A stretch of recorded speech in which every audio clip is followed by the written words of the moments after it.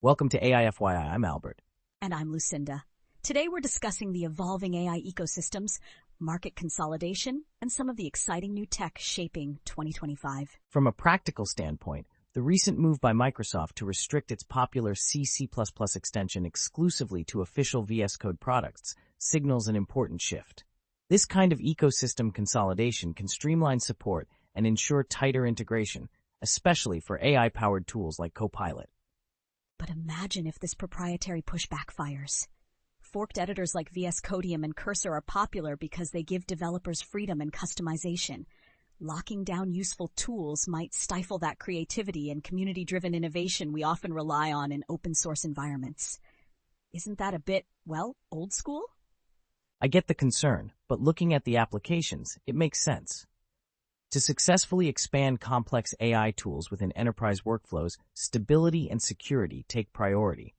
Microsoft wants to manage those risks tightly. Forks often introduce variables that can break integrations or cause security issues, especially at scale. True, but competition breeds innovation. The rise of alternatives like Zencoder snapping up machine to challenge Copilot with enterprise-grade AI coding assistance actually shows that the ecosystem is far from locked down. Plus, their focus on JetBrains and back-end Java development means niche, specialized tools are gaining real traction. That's exciting for developers who want tailored AI assistance beyond the big players. Absolutely. From a strategic standpoint, this maturing market is emphasizing integration depth, language coverage, and reliable workflows. Zencoder's repo-grokking technology aims exactly at addressing complex enterprise demands, proving that innovation isn't just about open versus proprietary, but about matching tools to real-world needs. Speaking of real-world needs, Alphabet's strong Q1 earnings and ongoing AI expansions like treating 1.5 billion users with AI overviews show that AI is deeply embedded in everyday tech. But I do worry about how these giant players balance innovation with regulatory challenges, especially since Google plans to roll Gemini AI into all sorts of devices, tablets, cars, wearables, you name it. From a practical implementation angle, embedding AI in diverse hardware is transformative if done right. It pushes personalized, context-aware services closer to users. But of course, it also requires navigating evolving regulations carefully.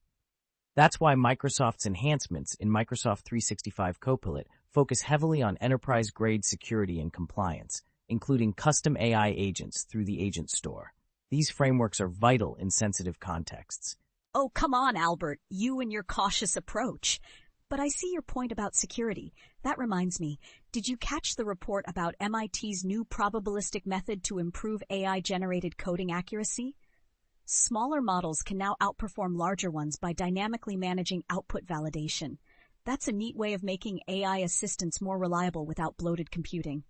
That is a key breakthrough. Smaller, efficient models that maintain trustworthiness practically open doors for AI tools in constrained environments, like in-browser coding assistants or low-powered devices. Paired with frameworks like Regen that improve large language model stability, we're seeing real strides in usable AI systems that don't sacrifice dependability. Here's one where I'm all in. Pleias' new open-source small reasoning models with citation abilities are a game-changer for regulated sectors like healthcare or finance. Transparent AI that references its data? That makes it easier to comply with rules and build user trust while maintaining efficiency. From a practical standpoint, that's exactly what enterprises need to adopt AI at scale without compromising oversight. Similar vibes come from University at Buffalo's semantic clinical AI, outperforming doctors on medical exams by leaning on knowledge graphs and retrieval techniques shows just how AI can boost, not replace, human expertise in critical fields. Speaking of critical fields, let's touch on the AI bias and ethics challenges. The multilingual shades dataset is uncovering stereotypes beyond English, which is crucial. I always say AI has to respect cultures and languages worldwide, not just the big three languages. Ethical frameworks and technical tools must be woven into development processes early on. Anthropic's work on AI value alignment with their Claude model is promising. It's all about ensuring AI systems reflect human ethics and norms. Still, transparency and oversight remain absolutely critical, especially as we've seen cases like Cursor's chatbot hallucinations causing real blowback. Ha, yeah, AI making up company policies? Classic. But that's exactly why we need fast iterative learning and robust validation, like MIT's probabilistic techniques, and not just slow, cautious deployment. It's the age-old speed versus safety debate. Which brings us to consumer tech, where there's fascinating progress. Motorola's 2025 Razr series, integrating multiple AI platforms, Google Gemini, Meta's Llama, Microsoft Copilot, on foldable hardware is a strong indicator of AI's push toward mobile ecosystems. But limited software update promises might dampen their long-term competitiveness. For sure. And Perplexity's new AI voice assistant on iPhone is a wow moment for me. Deep app integration with Apple Music, Calendar, and Maps aiming to leapfrog Siri's capabilities. That's the kind of user-centric innovation I love, AI fitting seamlessly into daily life.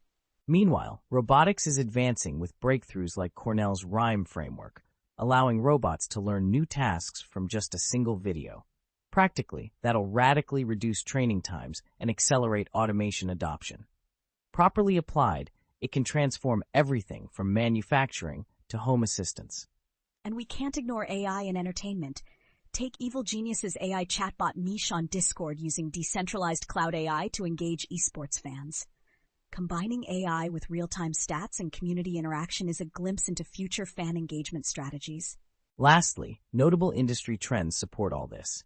SK Hynix growing on AI memory demands, emerging startups bringing more cost-efficient autonomous AI, and Google I/O 2025 anticipated to unveil major Android and AI workspace innovations. It paints a picture of an AI ecosystem balancing hype with sustainable progress. Absolutely. And let's not forget the environmental and regulatory angles. Hugging Face's AI Energy Score tool is a clever push towards sustainable AI usage, measuring electricity for chatbot prompts. If AI doesn't get greener, it risks burning through resources faster than innovation can keep up. From a practical regulation standpoint, recent relaxations in U.S. crash reporting for driver assist systems and controversies around AI's role in bar exams show we're still feeling our way. The balance between pushing tech boundaries and ensuring safety and fairness is delicate but critical. And that's what makes this field so exciting, finding that perfect balance between dreaming big and making it real. Indeed, the future of AI is as much about human potential as it is about technology. See you next time. Bye.